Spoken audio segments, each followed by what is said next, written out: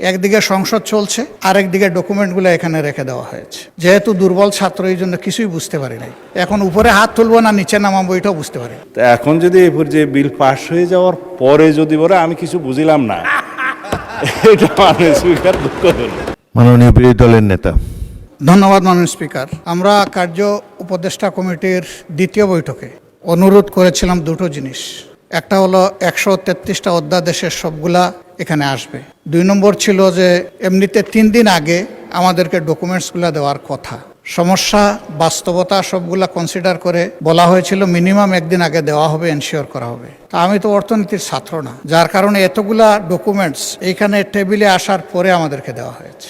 একদিকে সংসদ চলছে, আরেকদিকে ডকুমেন্টগুলো এখানে রেখে দেওয়া হয়েছে। যেহেতু দুর্বল ছাত্র, এই জন্য কিছুই বুঝতে পারি নাই। এখন উপরে হাত তুলবো না নিচে নামাবো এটাও বুঝতে পারি। এখন যদি সংসদ সদস্য হিসাবে কিছু না বুঝেই হা বলি, এইটা হবে অপরাধ। যদি না বুঝে নাও বলি, এইটাও হবে অপরাধ। এই জন্য আমরা চুপ থেকেছি মাননীয় স্পিকার। আমাদের অবস্থান এখন তাই। আমি জানি না এখানে বিজ্ঞ সরকারি দলের সম্মানিত সদস্যবৃন্দ যারা আছেন, তারা হয়তো সবাই অর্থনীতির ছাত্র এবং খুবই স্মার্ট, খুবই ট্যালেন্টেড স্টুডেন্ট ছিলেন, যার কারণে কাগজ দেখা মাত্র ভিতরে কি আছে তারা হয়তো এটা বুঝে ফেলেছেন। আমরা বুঝতে পারি নাই মাননীয় স্পিকার, এটা আমাদের অক্ষমতা। এখন আমরা কি করব, আমাদেরকে একটু পরামর্শ দেন।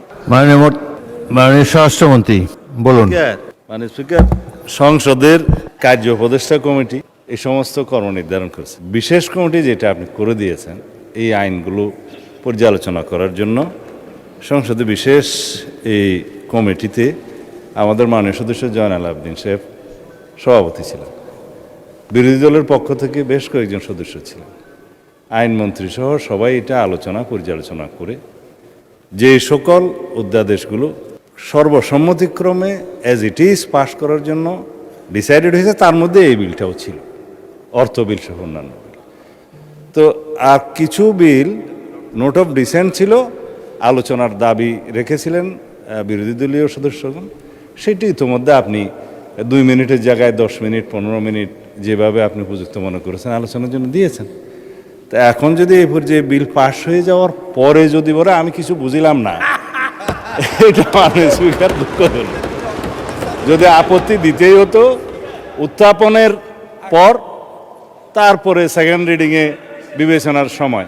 তো সেই জন্য আমি ধন্যবাদ জানাই মাননীয় বিরোধী দলীয় নেতাকে, মাননীয় সকল বিরোধী দলীয় সংসদ সদস্যদের, যে আপনারা যথেষ্ট সহযোগিতা করেছেন। হাও বুঝে দিয়েছেন, নাও বুঝে দিয়েছেন। এই অপরিসীম সহযোগিতার জন্য সরকারি দলের পক্ষ থেকে আপনাদেরকে ধন্যবাদ জানাচ্ছি।